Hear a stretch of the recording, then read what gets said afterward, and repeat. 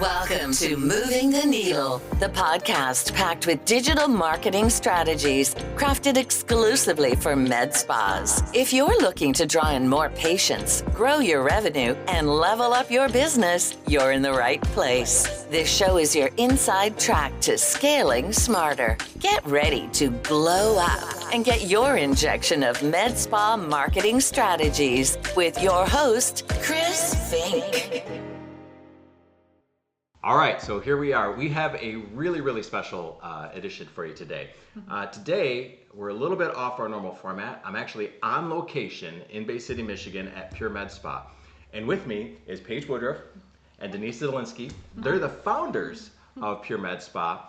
And I've had a privilege, and I don't say that lightly, the privilege of being part of their journey. And kind of from the moment that they decided to open this, I'm not sure which one texted me first, but it was all both in the same day that, hey, we're going to do this. Group text. Yeah, it probably was. So as we had that happening in that conversation, I got to watch all this happen. And what they've done in this space and in the industry has been so remarkable in this post-COVID time where we've seen, in 2024, we saw a drop in medical aesthetic services being treated and performed. Injectables were down like 9%, depending on where you're at, 11%. So, and you managed to grow and scale the business quickly, but have a fantastic reputation. You're viewed in the community as just angels. And, you know, everything about it just screams excellence. So I'm really excited to bring this episode and share and have them share their insights and their journey, and just kind of talk a little bit about, you know, some of the things that have been part of that. So I touched on the one thing right up front, like you've grown so far, so fast, and you did that, but your services are top notch. Like you don't miss, right? Your injectors are fantastic. Your estheticians are all fantastic. The client experience, and that just reads in like the reviews and the feedback that you get and the interaction. But how are you able to take a process like this where you start from zero, right? Like you didn't buy a practice, you didn't inherit a practice, you didn't like promote or buy in from one that you already had. Like you started a brand new location, and in a year you managed to accomplish that. Now it's been what, a year and a half, a little over a year and a half. Yeah, and you're tracking for more growth. Like how did you do that without giving up the quality and the relations with your patients? You want me to start? Yeah, go on. So, I think, I don't know, if we closed our eyes and just jumped in. No, not really, but kind of. Took a leap. Yes, so definitely a leap of faith. Sure. But I think with both of us, already being in the industry, for years past, we have really been able to create a lot of loyalty with our clients. So we have been so blessed, I feel like, to have that connection and just that relationship with our clients, that honestly a lot of our clients honestly kind of helped us build this, I feel like, Absolutely. So we do give a lot of it back to them, because obviously we wouldn't be here without them. So I really feel like, just building those relationships over the years, we've been so fortunate to have them follow us. Yeah. And then personally, I think just the environment that we embody here, and what we put out, and I just think it attracts that clientele as well. And so yeah, that's personally how I feel, is just that our main focus is we want clients feeling better leaving here than they felt walking through our doors. And I feel like that's something that we truly embody and is so important for our entire team to put out as well. That makes me think of like branding. When you identify your unique value proposition, what you bring to the market. And like we were talking about last year with the demand going down a little bit and supply coming up, right? Like there's med spas popping up all over the place. So there were, like 2 years ago, it's slowing down, right? Because people are starting to realize that. But as you have to define what makes you different than the place around the corner. What is different about the place down the street? So identifying that and then carrying that forward in your messaging and your branding and your interactions with your patients. And one of the things that you touched on was the loyalty and the retention. And Denise, you and I talked about this a little while ago about patient retention and how one visit when they start, you get that first one, they come in the first time for whatever reason, but then they come back, and you found that a lot of your patients are years long patients, like they're Yes. how do you continue to foster that and keep patients like where they don't even think about anything, like if it's just it comes to their mind, oh, I need to go in for my facial, or I need to go in for my treatment or my injections or whatever, that they just, it's not really a question of where they're going, they know. How do you get there? I think it goes back to that, people won't remember what you said, but they'll always remember how you make them feel. And I think consistently, our entire team, from the minute you walk in, we're warm and we're caring and we mean it. Like, I want to know what happened, how did the wedding go, and I want to know, how's your grandbaby doing, and all the things. And we have the best clientele, and it's been our honor and our pleasure to know these people. And for me personally, I have built so many relationships that with clients who are now friends of mine, because I just genuinely care, and it's a safe place for them to come in. And sometimes we're counselors. Sometimes it's a therapy session, for both of us. Yes. I'm not gonna lie. Half the time I've been in under either one of your chairs. Right? Yeah. And so again, it goes back to that that feeling, and I think, as a country, as a universe, we all just want to feel good at the end of the day. And if you can go somewhere and get a little ounce of that for an hour, I'm coming back. Right. Yeah. So I will say that's one thing that direct experience. When I walk in the door here, I actually feel like if there's ever a person that I don't know, there was one that I didn't know when I walked in today. I was like, this is so weird. There's somebody here that I already know really well, and that's fascinating, because it feels like I'm walking into my hangout with my people, and I'm visiting that's what people. we want. We want people to come and hang out. Like, after your facial, just come and grab a coffee or a Coke or a water and pull out your laptop, get comfy on the couch. Like, we want you to stay. We want you to hang out. Yeah. It sounds like to me that experience over, I'm not saying this is a business, right? You have to operate it as a business. There has to be some math over mystery, For sure. and there has to be some logical, hard decisions made every once in a while. But it sounds to me like the relationship, you're trusting that if you build the right relationships and you provide excellence in the experience and in the treatments, and those two things, the money will come. The patients are going to rebook. They're going to come back. But if you miss on any of that part in the front, then it stands to reason that you're not going to see the same results on the backside. Absolutely. You can have all of the services, you can have all of the procedures available, and at the end of the day, that doesn't mean that they're going to keep coming back just because you offer that service. Right. It's definitely the provider, the environment, and truly, like Denise said, how you make them feel. That's truly what it is. How do you get thinking about like the client journey, especially when you're getting new patients, right? And we're out there in the marketplace, we're looking for people that we can bring in and we can get that first touch point, because now we know that you've mastered that experience after that, right? So if they come in once, you've got them. Like they're staying, like you're building a relationship. So, but that first part, how do you work with that part of the journey and attract these people to you? How do you get your message out there? I mean, what are the strategies you're using there? I mean, I think word of mouth is huge, and that can make or break a business, I feel like, which, it can be good or bad on both ends.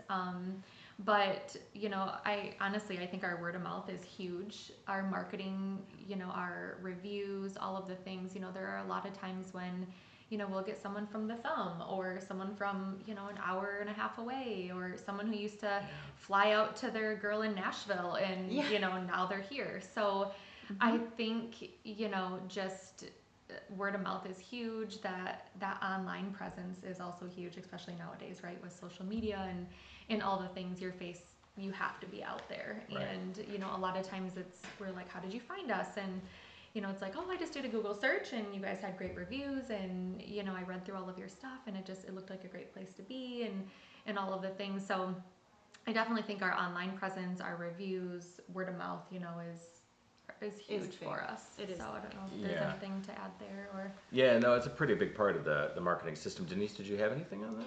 Yeah. No, I totally agree. You know, we have to step out of our comfort zone to do some, you know, funny marketing reel, and you know, we kick and scream the whole time. But then, you know, it gets a lot of great, you know. Oh my God, the one with you in the feedback. Jeep, pull it up.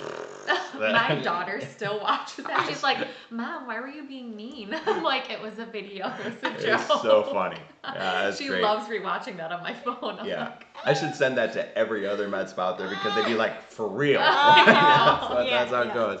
Yeah. can I'm going to feel try to that. link that in the show notes. Oh God. That'll be worth seeing. So too funny. when we were talking about like the business kind of side of it, and you know, working with your providers, right, and how they build a relationship, but you know, what are the multipliers that you find are the most impactful in terms of, you know, maximizing the revenue per room or per provider? Like, what strategies are you coaching with, or are you looking at bundling, memberships, packaging? You know, how are you taking that appointment and turning it into something more? Yeah, memberships are huge. So you want that patient, you know, you give them a good service, you know, start them on the right skincare, couple that with sending them over to the injector side. And so we sort of marry both esthetician with injector, so they know that we're a team. And, you know, we just, that's the whole foundation, right? Yeah, absolutely. I totally agree with that. It's, you know, not just, and sometimes, you know, you will have someone come in that may only stay on the facial side of things. I think that's just, that's just naturally, you know, how it's going to go sometimes. But I think if we can educate them too, that all of our services kind of, you know, like she said, they marry together. So, you know, you can come in and just get Botox, but we really do need to focus on the skin health side of things, and that's where esthetician comes into play. And you know, so I definitely think making sure that our practice as a whole operates as a practice and not just these little separate entities or rooms that, you know, so it's really all encompassing of what we're made of. Yeah. Do you ever find opportunities to like transition between providers, like where you have like your injector might introduce them to like Kristen the injector? Amazing. But she might like have a consult with a patient and discover that yes, some of the wrinkles might be an issue, or maybe, you know, lack of volume somewhere might be an issue. But then after that, she's like, but let's also get into, you know, let's get some collagen production, let's get a microneedling going, something like that, and just walk them over and then do a handoff. And yes, because not everyone really needs filler. Right. Maybe they just need a series of microneedling. Maybe it's just a texture issue. And so instead of doing the whole filler Botox thing, go see one of the girls, one of the estheticians, and work on that texture. You might be happy with that. If you're still not, come on back, and then we can do some other things. So we're not so much, you know, they're in that Botox, you know, or the chair, the injector's chair, needing that Botox. Sometimes we're like, you know, let's pump the brakes on that, and let's get your skin healthy and see if you're happy.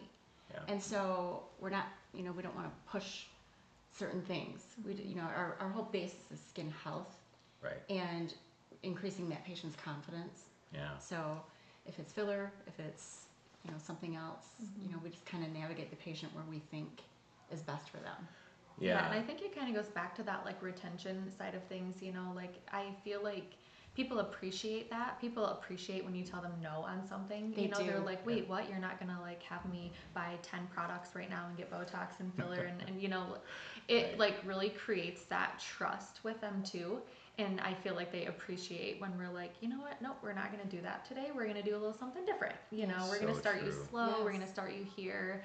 I mean, yes, we're a business, and you know, obviously we need to make money to operate and all of the things, but I really think, creating that trust with them the first time too, and even down the road, you know, is a huge part of the game. The part of the whole puzzle, I guess. Yeah. Well, guiding patients effectively towards their goals, right? The outcome goals that they're interested in. Sometimes I don't know how to get there. Like I know I want a healthy heart. I don't know if I need a stent. I don't know if I need a bypass, and I'm sure not going to take the word of somebody who read an article on Google one day about it. You know, like I need a pro to tell me this before we get into a procedure. So if there's an expert that can give me that feedback and say, yeah, okay, the goals, great. Like the goals are usually personal, right? So whatever they are, cool. But the way of getting there, you know, you might be surprised to learn that there's some other things that we could do that would actually set you up for a better result as we go the distance. So giving them that feedback, I think, is so valuable, and I can see where that builds that relationship and continues, and that leads right into retention, which leads into scale. It all trickles back, you know? It's like that revolving door. It all goes back to that, you know, and how you make them feel and the trust that. So when you're building that, when you're using that as your identity, right, as your brand. It's a brand. Right, that's your brand, right? So how do you push that out there as a brand and get the exposure and the following without it necessarily being a trendy thing that's going to be in and out? Like, you know, we've all seen, you can't help but see like some of the fads that come in and out, right? They're here, they're gone, they're here, they're gone. There's so many different things, but how can you, like in this space especially, where now we're not working with, you know, cellophane wraps under laser lights, you know, like to do those things. But how do you communicate that as your brand message and avoid all the pitfalls that come with being trendy? Does that make sense? Well, we don't follow trends ever. We both practice, we're very cautious in what we do. If something is new and someone brings something to me, you know, will you tell me, I think beef tallow, I saw it on TikTok, it's the new thing. So I'm going to research the heck out of it. And then we're going to talk about that. I'm laughing because I just saw it. I know, it's a thing. It's a thing. It's everywhere. And so, you know, just for personally with my patients, I will, you know, I hear you, let me look into that for you, and that's, you know, we'll circle back to that. But, you know, as far as following the trends, even with equipment, we are very slow to bring on any new laser, and, you know, we're bombarded with reps all the time. This is the new laser, this is the new microneedling, radio frequency. And so we are very cautious and sort of, you know, like to pump the brakes on that. And some of these machines that were touted as the latest and greatest have sort of fallen off the track a little bit. And so we would have invested $200,000 in a machine that isn't really popular anymore. Right. So I think that as a partnership, we're very smart in that regard. We don't want all the bells and whistles right off the bat. Yeah, and sorry, go ahead. No, go ahead. And I think too, kind of, you know, piggybacking off of, you know, like the TikTok trends of like, you know, the at-home needle rollers and the beef tallow and all the things, you know, I think a lot of it stems back to education too. So, you know, understanding that, you know, everything that we may have or, you know, some products or procedures may not be for everyone in their lifestyle, you know, someone who wants to live a more holistic life, or, you know, you're going to get all different forms, you know. So I think really a lot of it does go back to education, and, you know, we'll do our research on it and we can let you know how that beef tallow at home is going to, you know, integrate with what we offer, and you know, kind of, I really think education is huge on that. It is. And you know, kind of going back to what she said as far as like, you know, bringing on new devices and all of that, sometimes it can be challenging because, you know, we will have people call and they're like, hey, do you guys offer BBL, or do you guys offer, you know, Halo or Moxie? And so it's like, you know, do we absolutely, you know, want and, you know, all the latest and greatest sometimes? You know, yeah, it's hard to not want all of that. But I think, you know, we've been able to kind of create and be what we are because we are smart about it too. And it's like, you know, it has to be the right time for us as a business and all of the things. So I definitely think honing in and mastering what we have available now to us, and then obviously our goal is to just continue to grow always. So we know that one day we're going to have, you know, more procedures to offer, but you know, like she said, being smart about it and just being able to, master what we have right now and then expand when we can. You've been very wise with your capital investment strategy, like with what, because like you said, these devices, They're a house. You can buy some, some of them you can buy for 40, 50 grand, and those are the budget cheap ones, the ones that you can get easily. But, when we start getting into some of the lasers and all that, you're into, a couple $100,000 machines. And so having that debt load up front, especially as you're building the practice in that first part, like I get the conflict is that if there's demand, then you want to be able to capitalize on it. But if one person calls you for BBL or a Cyton or a Halo treatment, does that mean that 150 others will? Because that's what it's going to take to keep those notes and make it profitable after paying your provider. Absolutely. The revenue lost in the space, like that, every square foot of this space has to make money. Yes, absolutely. And in order for it to be a successful model. So if you have a room that's not being used and you're breaking even or losing a little bit with the thought of like retention or experience and all that, but you're still losing money at that time, could be part of a long-term strategy. But having all that debt load up front, avoiding those pitfalls was really, really wise of you. Like and I think that's probably made it a huge part. Well, it makes it you're enabled to focus on the things that matter to you, which again is your experience, your brand, your the relationships. And as you were talking about that, you were both talking about these things, like, and how much research you put into these things. And I'm familiar with that because both of you who schooled me many times on things that I thought I knew about, and I didn't know about. Nicely. Yeah, nicely, lovingly, kindly, gently, lovingly. Yeah, but taking me to school, I'm like, no. Well, though I still have mental trauma from you one day. We went in and you were like, well, do you do this? And I was like, I don't know. Oh my God, Chris. But so all of that though, you're building this practice, right? You've got a new location, you build it up, it's gorgeous. You have a team that you hired, recruited, trained, and you have all these different services that you're cultivating. In the meantime, you're also cultivating relationships with your vendors, with the pharmaceutical companies and the different providers. You're working on marketing. You're working on operations and logistics. You're changing your PMS system. You're evolving in those things, right? And so a lot of your different operational things, and then you're reading up on all of these different things to see how they're going to fit into a new patient experience. Help me understand how you're conscious and awake right now. Like, how do you avoid caffeine? Celsius.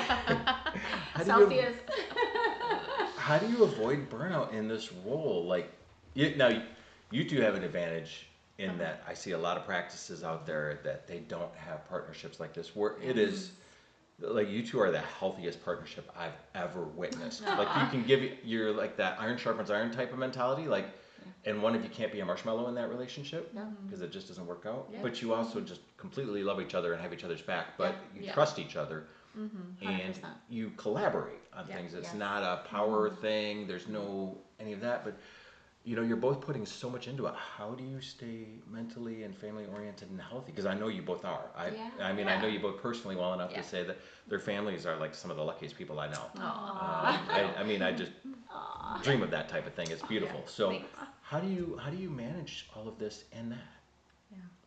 Well, it's we don't have a choice. First of all, gotta keep the doors open. Sure. And then there becomes as we have employees, there's a responsibility to our employees. It's not just her and I. Our families understand that this is our passion. We have a really great partnership in that Paige is she holds a degree in business, and I hold a degree in medicine, and so. For the partnership to work, we really can lean on one another. I'm like, hey, I'm swamped. Can you take this meeting? Absolutely. And she can brief me on it, and it's great. So it works that way. We are family first, no matter what. And we portray that to our employees as well. So, I think it works that way. And it's our passion. Like, we love our families, and then we love Pure Medical Spa. We love to come to work. The employees love to come to work. And so that's what fuels me personally. And I'm telling you, the feedback that we get from our patients fuels me. It gives me life. I have a little lady that came in and she had just put her husband in a nursing home, and she was so sad about that, but pulled herself up by the bootstraps and said, I'm going to do something for me now. And, she's feeling really bad about how she looks and not going to go to her class reunion. And fast forward only a month and a half, and she's a completely different woman. Mm-hmm. That gives me life. Yeah. Right. She is going to her class reunion. She is full of life again. And she says it's because she came here and met all of us. Mm-hmm. Yeah. Being part of that journey is a soul changer. Oh my gosh. When you have people like in tears in your room, or when they walk in, they're like, I'm here. They, like, I've been waiting for this all week. And, it's like, it just fills our cup, And it kind of takes away some of our guilt sometimes from being away from the family for a minute. Mm-hmm. Like, okay, yep, I'm not there, but I am doing something really good over here. Mm-hmm. Right. And so when I get back home, I'm going to be even better. Mm-hmm. Yeah. Yeah. And you were able to change or impact 10 people's lives today. Yes. And be a part of that story, and then go home and be part of, the next part on the home side. Yeah, and so I, just to kind of piggyback off Denise too, it's like, going back to that partnership, when we started this, it was a conversation that was very important, that, obviously being friends before starting this, friendship and business, it can get hard sometimes, because, it's just the end of the day, owning a business, it's hard. There's a lot of amazing pieces to it, but there's also a lot of stressful and hard pieces to it, and so I think when we, first started talking about doing this, it was that conversation up front too, that like, we know we're going to have disagreements, we know that there's going to be stressful times and all of the things, and just kind of giving that grace to each other from the get-go of like, we're going to disagree, and we're going to find a way to, move past it and move beyond it, and not, kind of get hung up on things like that. And so I think that's really how our partnership and friendship makes it. And also, just the support, with each other too in our family. I have 2 little ones at home, and, having a partner that's extremely supportive in that, and just understanding and knowing that, it's so important for me to be able to be there for them during their little years, and because they go like that. Yeah. And, going back to like having that guilt, like there definitely are days where I have that guilt of like, my baby's at home or in daycare, and, all of the things I feel like all moms do, no matter what. Yep. So, Sure. But, then I also am super passionate about this, and, all of the things. So it's like being able to, just have that relationship and the partnership that it just works, we know that some days she's going to pick up more, it's just how it is. And some days I'm going to pick up more, and, like that's just the beauty of being able to have a healthy and good partnership, I think. So it's, when you have those conflicts and those disagreements that you referred to, I'm just curious, do you have a safe word? Like, do you have a timeout button or a pause? Like, okay, that was unnecessary. We're going to take a little respite here. We're going to recircle and come back to this. Like, peanut butter, stop. Peanut butter. No, it's I hear you, and I'm feeling like... Yeah. Yeah, or maybe we readdress the conversation, a day or 2 later, like, hey, I just want to circle back, right. Seemed a little, upset about this or that, or, But there's always a middle ground that we seem to find. And it's not, it's rare when it happens, but, we knew it going in, like, we're running a business. This is, we got a lot on our shoulders. Mm-hmm. And so, there's no one else I would have partnered with. Yeah. And in those disagreements, it's not like somebody has to win or Yeah. be the clear No, winner. no. And that's a great thing about watching you two like debate these things and come to these decisions together, is that they're just discussions. Mm-hmm. And the outcome isn't necessarily my initial response or your initial response or your initial perspective. It's that it evolves through that discussion, and that's how you arrive at these great places. Yeah. Yeah, well, because, points are being shared on either side, like, oh, I didn't, you're right, I didn't think about that. Mm-hmm. Or, yeah, that's a good point. Yeah. So we grow that way. I know personally I have grown because I tend to be, it's this way. Mm-hmm. And she's helped me see on some issues. Like, okay, yeah, I get it. Okay, yeah. Yeah, Right. and there's times where it's like, we don't agree, but okay, we don't agree, but how are we going to make our way back to the middle for the business? So how are we going to move forward? So, I think that's always really important too, Right. is we and there's never been anything where it's like, And then I gonna end up make or being break right. something.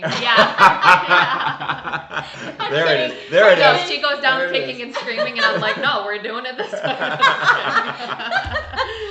There it is. Okay, fine. No, totally. Well, in these, like, the disagreements happen, right? Yeah. And a lot of that happens around, like, the operations, right? Or like, should we hire this person? Should we coach this person? Should we do this with this patient? Should we fire this patient? Like, all those different things can be discussions. Yeah.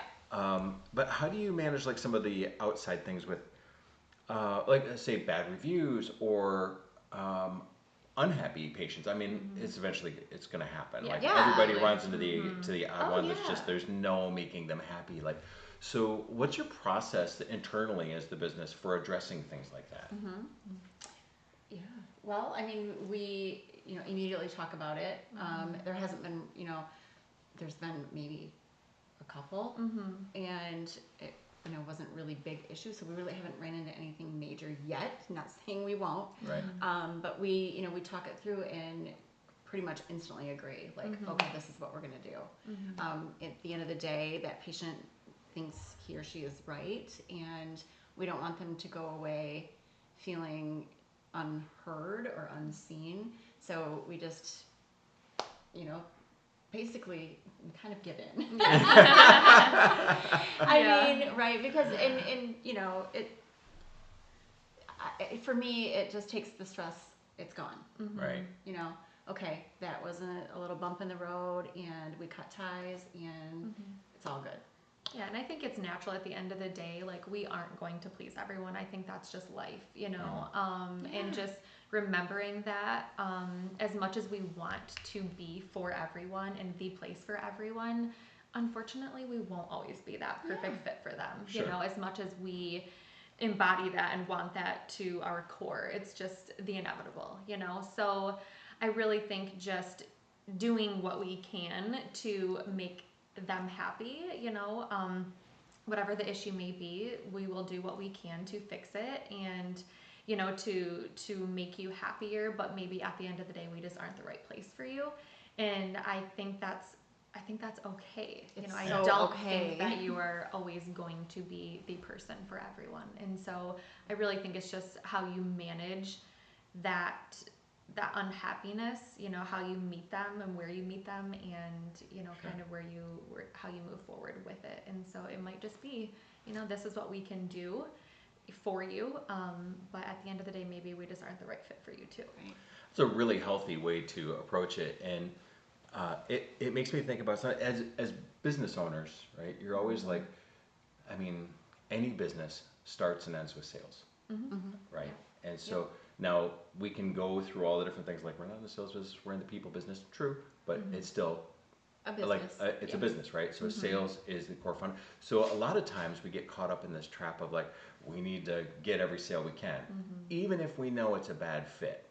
Even if we know there is no satisfying this person, we'll still try, and we'll try to make our time worth it, and we'll try to make a sale, or we'll try to perform a treatment and capture some of that revenue.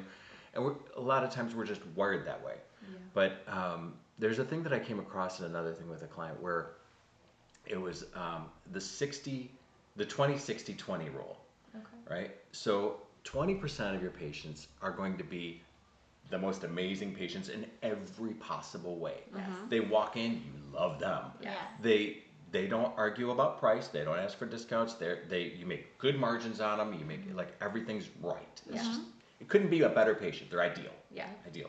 Good money. Yep. Good relationship. Then you have the 60% that are right in the middle, right? You like them. You're happy to see them, right? It's a good relationship. You feel pretty good. Yeah. Money's pretty good. Yeah. Might give a discount here and there, but overall it's fine. It's good, Yeah. right? It's good. They're the bulk of the business. And then you have that 20% of patients that they are miserable and you make nothing on. Yes. Right? And doesn't it always seem like the ones that are the most unhappy, you almost never make anything at the end of the day? Like, well, I saw this on Groupon, and this other practice was giving talks for $8, and like all these different things, and no matter what you do, they're still going to leave a bad review. They're still going to be unhappy, and they're still going to be sour checking out. They're not going to tip. They're just, whatever it is, like you're going to know that it's just a miserable experience. So I think what I heard you say is that you're gently fine with letting them find another solution elsewhere that might be more closely aligned with their life. Yeah. Yes. Absolutely. Yeah. Absolutely. Yeah. We won't, to retain that is just, it doesn't make sense. It just monetarily, emotionally, energy-wise. Yeah. No, and like she said, we are not going to be the fit for everyone, and that's okay. Right. Yeah. It's such a suck when you have those people, It is. It's not worth it Some in of any way. them you can, kind of kill them with kindness and get through that though. And then, gosh, some of those turn out to be the best patients. Yeah. You don't know what people are going through in their life, and sometimes it just Presents itself, here or wherever. And one experience, one bad day doesn't mean that they're always angry. Exactly. Just they're having a bad day. Yeah. Yep, Yeah. for sure. Yeah. But some of those, at the end of the day, like some of them you do have to fire as Right. as a client. As a It's patient, just, yeah. at the end of the day, either we're just not going to make them happy, or sometimes they become a liability issue too. Exactly. So Sure. it's like, on that side of things, we And just aren't the place for you, and it's not a bridge that we, are choosing to cross in the future. So Yeah. Yeah, and Nice. as business owners, don't take that on and like, could we have done?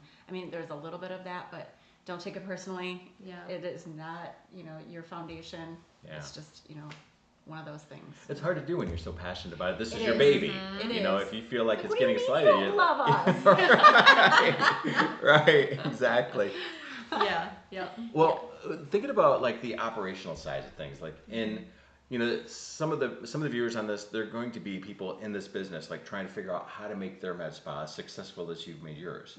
So we don't have to get in like actual numbers and details, but when you're thinking about things like pricing strategy, for services, your memberships, any packages or bundles, like how do you approach that in a way that makes sense to where it's competitive in the marketplace, but you're not like discounting yourself to the bottom. It's not a race to the bottom, right? But you're competitive and like out there, but it makes sense internally and it has good margins. Like how do you work with all that? Yeah. So I think, a lot of it, I feel like, it obviously will depend on, the region that you're into, right? So you may be able to find a hydrofacial for $150, downstate where there's a med spa every, Right, 80 feet. Yes, exactly. You could throw a rock and hit one. So, Right. You might be able to find, different services at a lower cost in different areas. So I think for us, it's, figuring out our surrounding areas, what people are offering, kind of what their average is, staying competitive, but not, cutting prices so much that, we are losing or looking desperate, Obviously in the beginning, I feel like we started out a little bit lower. We're new, you have to, again, build that trust with clients. So I really think it's looking at these spots around us and how we can stay competitive that way. And then also, to the point where we are now, just the different levels that you can hit with some of the pharmaceutical companies, that we work with. So Right. I think that's a huge factor as well, because, on the back end of things, it's like, okay, can we run this promo this month? Because, maybe we're hitting a different level with, our supplier. And so I think that's a big part of it too, is, finding out now in the position that we're in, what, little perks here and there can we do, but also making sure that we aren't to a point where we are downplaying a service too. Like what's the saying of, like cheap Botox isn't good and good Botox isn't cheap. Yep. So, it's Right. it's that you can't get to a point where you're running all these promotions on Botox, because it really decreases the value of the procedure too, I think, in my opinion. Exactly. So Yeah, and then when you are looking to set up pricing, credential yourself. Look at yourself. Look at your experience. Look at what do you have into your education. It's not just the work hours you put in, personally, I'm at night, I'm scrolling, looking at this study and this, and so I bring value to my patients because I want to keep learning, and so that adds into our pricing. Our injectors are phenomenal, and so that value that they bring, like, you guys, this we're at this price, and it's because we're damn good. Right. Yeah. And that's part of that unique value proposition that you Yes. bring in your brand, and that expertise. What do you think about there are some practices out there, and I'm just not really supporting or condemning it, but there's some practices out there that run a lot of promotions, they run a lot of deep discounts, but they're buying their products through third party or buying groups and not forming a relationship with the actual vendor or manufacturer. Huge mistake, in my opinion. How so? The vendors will give you, if you're loyal to them, you're going to level up in tiers. You get better, like perks, so to speak. Like Paige alluded to, you can run different promos. Sometimes they'll support that for you as you go up the ladder with the company. The other thing is, where that product is coming from. It's not coming from Korea, with some label slapped on it. You know exactly what's in there. And so for me, it's like a no-brainer. Well, just the dollar sense of it, like you said, if you have a good rep that trusts you and that you trust, and you have a relationship built, and they know you're a good customer, then if you have a new injector, or you have a training session, they can come in every once in a while, sponsor a little product for that. Or if you're having an open house or an event, they'll come in and sponsor with a little bit of product there, or somehow support these different events and these different initiatives. So if they do that, then at the end of the day, they're lowering the cost of your consumables. You just have to be smart enough to recognize it and aggregate it across. Yes. But then, and if you are part of any of the programs that might have, a direct cash response, or you buy this much and it's now this much per unit or per box or whatever, then looking at that and being smart about your purchasing strategy, which it sounds like that's what you're talking about, is just managing your purchasing strategy, managing the relationship, and trying to figure out how to capture a little bit from all the different directions, so at the end of the day, you have a nice package that makes sense. Yeah. And I think it's unfortunate, that some practices are, buying from other countries and all the things, because it really I feel like damages the industry a little bit. Oh, sure. Yeah. And again, devalues, the procedures and what the industry offers.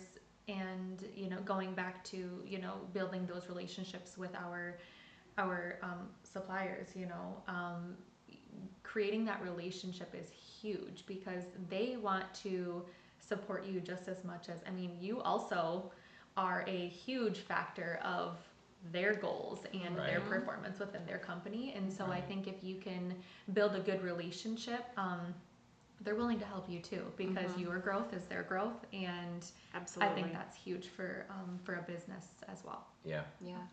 But key takeaway is never undercut yourself. Know your value. Absolutely. If you were going to talk to somebody who was where you were 24 months ago, right? Like thinking about this, made the decision, now starting to put things in place.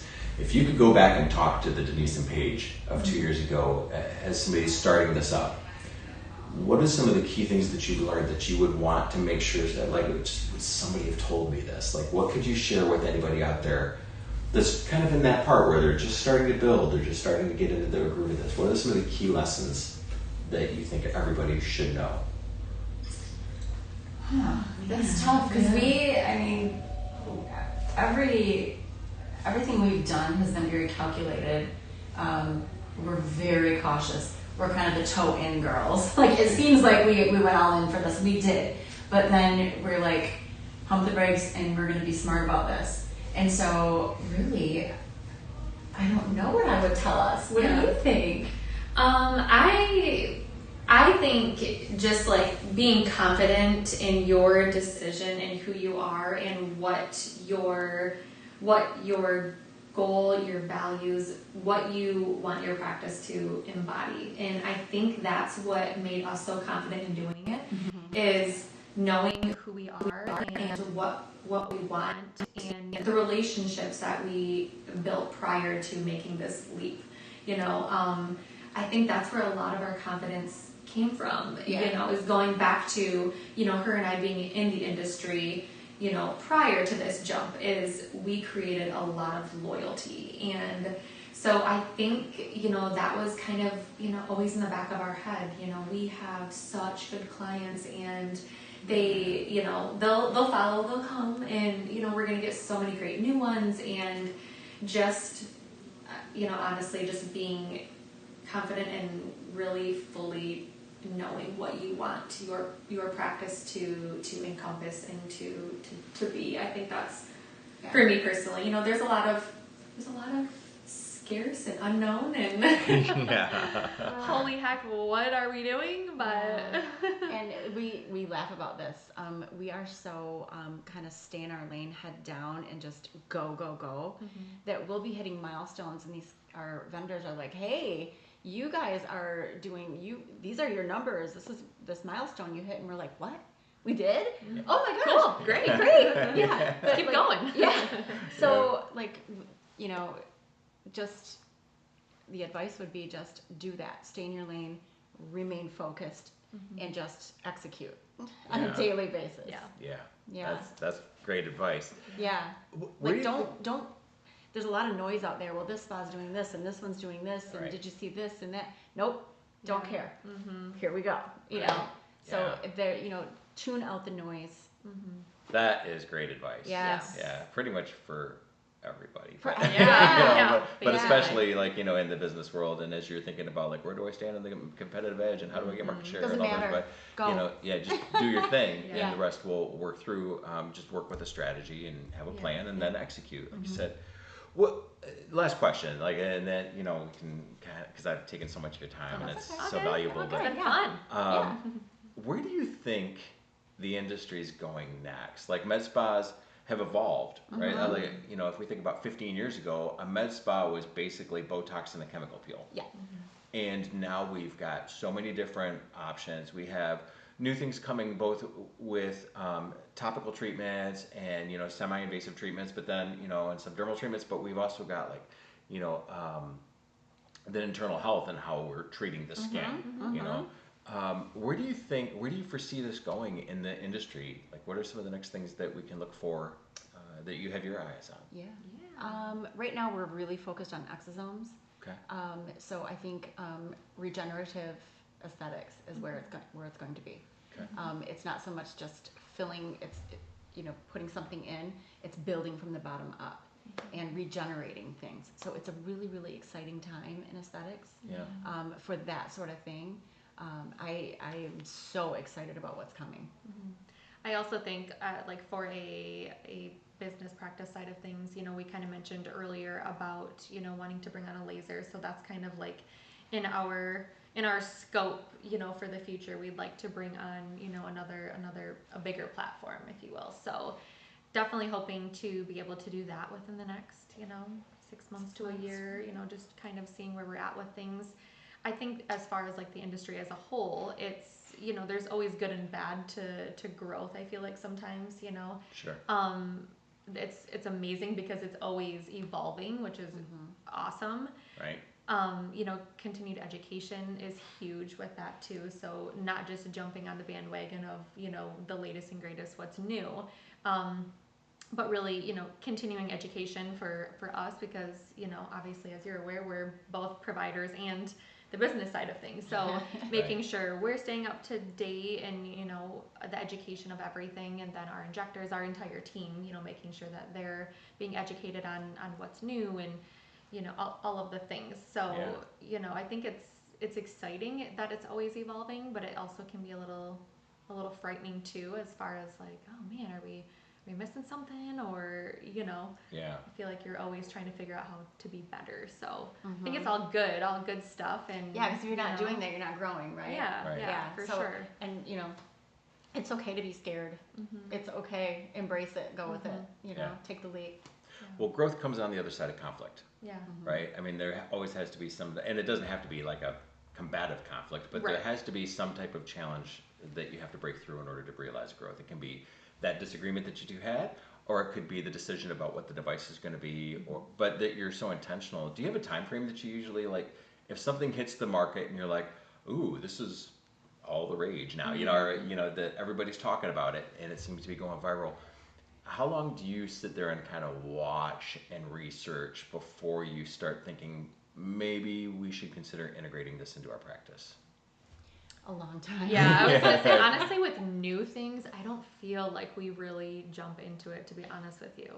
Like talking laser, I mean, the companies that we've met with have been around for years and years and years. Right. They're tried and true. Yeah. So Right. it's not necessarily like, oh, this is a new laser, let's get on it, let's figure it out. It's okay, we know that we want this laser. As a business, how can we make it work, and when is a good time to bring it on? I don't feel like new things to really like jump into because everyone's doing it, sort of thing. Yeah, it's hard. It can be hard sometimes, Yeah. But now we're just like, oh, that's cool. yeah. All right, let's keep going. Did you hear about this thing that showed up in Kentucky? Yeah. Yes. Uh-huh. It looks neat. Yeah.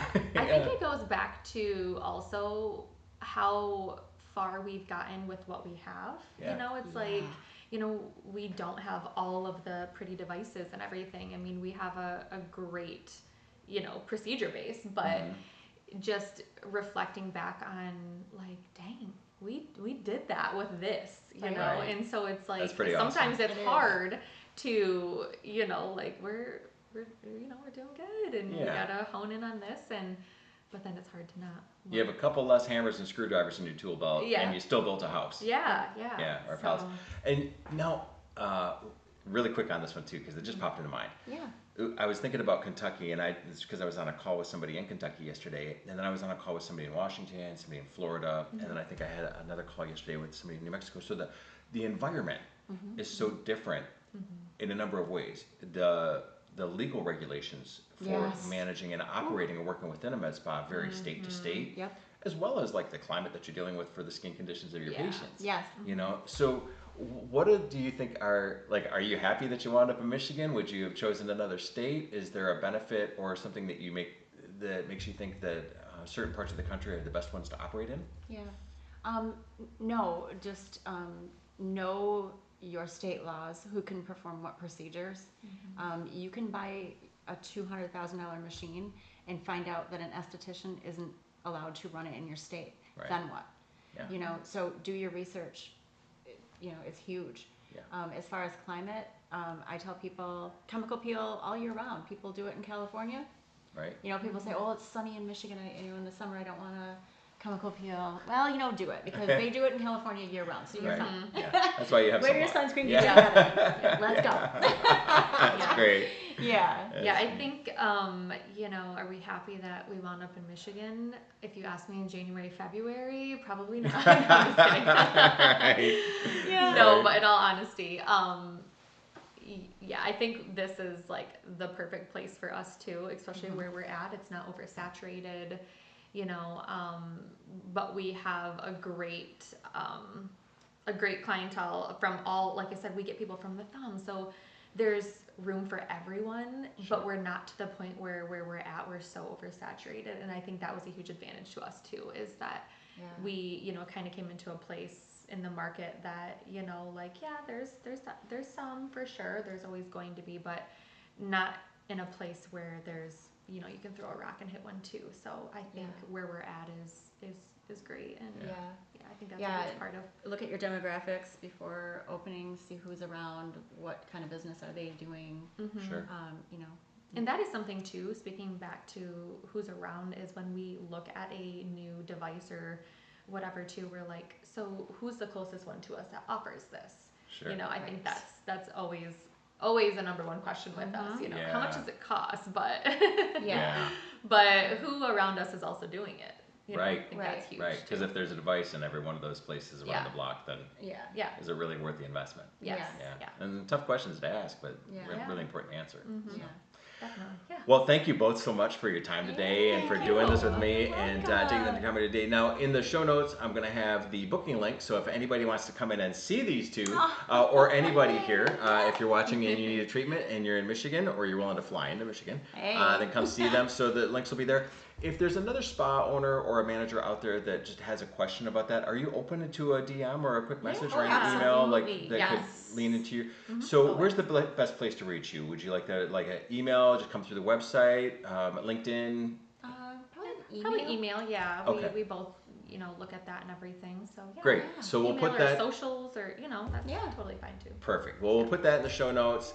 Again, thank you so much for your time today. It was great. It was so fun. Yeah, it was fun. Yeah. Thanks. Thanks so much. Well, as much as I wanted to stay there and hang out and keep talking with those two, it's such a great journey for them. And I'm so privileged to have been a part of it.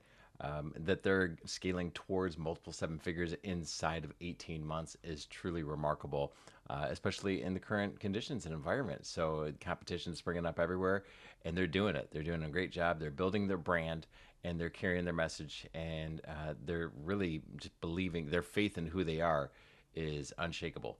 So great to witness. If you got value out of that, don't hesitate to reach out to them. As they mentioned, they're happy to provide any insights or feedback to anybody else that might be going through any of the same struggles that they have gone through. And as far as this, please follow, subscribe to these podcast sessions. It's the best way for me to continue to get out there, interview and meet these podcast owners and managers, and bring that information back to you so that you can absorb that and take the nuggets that might help your business and your practice and implement them there. So thanks again, and we'll see you on the next one.